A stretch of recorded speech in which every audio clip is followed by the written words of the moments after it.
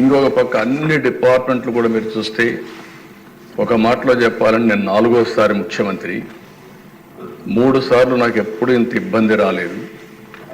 అప్పుడు కూడా కొన్ని ఇబ్బందులు ఉన్నా ఈసారి మాత్రం ఎప్పుడూ లేనటువంటి ఇబ్బందుల్ని ఎదుర్కొనే పరిస్థితి వచ్చాం.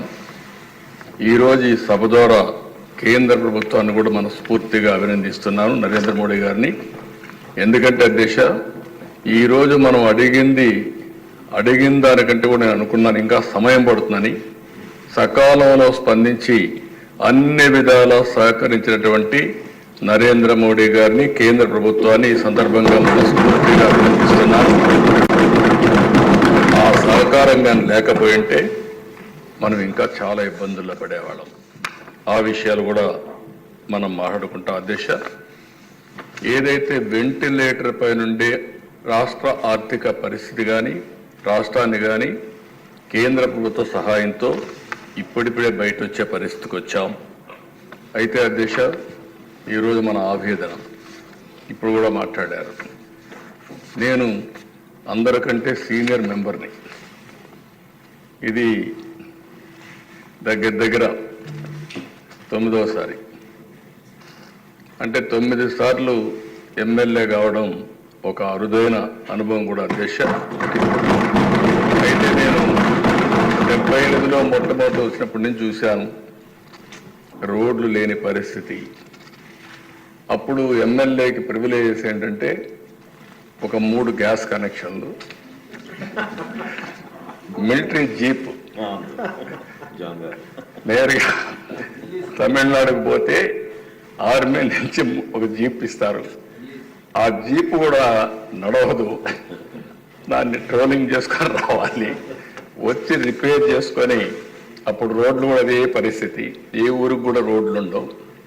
జీప్ ఉంటే తప్ప కాన్స్టిట్యున్సీలు తిరగలేవనే ఉద్దేశంతో అప్పుడు ఆ ఫెసిలిటీ ఇచ్చారు అధ్యక్ష. ఈరోజు ఎమ్మెల్యేస్ గుర్తుపెట్టుకోవాల్సిన అవసరం ఉంది. ఈరోజు మనం చూస్తే అధ్యక్ష, ఆ రోజు కరెంటు లేని పరిస్థితి నుంచి ఈరోజు మన ఇండ్లపైనే కరెంటు తయారు చేసుకునే పరిస్థితికి వచ్చాం. అదే మాదిరిగా అధ్యక్ష, ఆ రోజు ఫోన్లు కూడా నేను చెప్పాను ఇంత మునుపు, ఫోన్ కూడా ఆన్ ప్రియారిటీ ఇచ్చేవాళ్ళు. ఈరోజు మనందరం చూస్తే సెల్ ఫోన్లు పెట్టుకొని హౌస్లో కూడా పనిచేసుకునే పరిస్థితికి వచ్చాం. అయితే అధ్యక్ష, ఈ సభను చాలాసార్లు నేను చూశాను. ఈ సభను చూసినప్పుడు చాలా హుందాగా జరిగాయి, గౌరవంగా జరిగాయి. మొట్టమొదటిసారిగా నా జీవితంలో చూసిన సభ గడచిన సభ. ఆ రోజు ఈ సభలోనే చెప్పాను, ఇది గౌరవ సభ కాదు, ఇది కౌరవ సభ. మళ్ళీ ఈ సభను ప్రజల దగ్గరికి వెళ్ళి ప్రజల ఆమోదం తీసుకుని మళ్ళీ సభకు వచ్చి గౌరవ సభ చేస్తామని ఆ రోజు అభివృద్ధి చేసి వెళ్ళాం.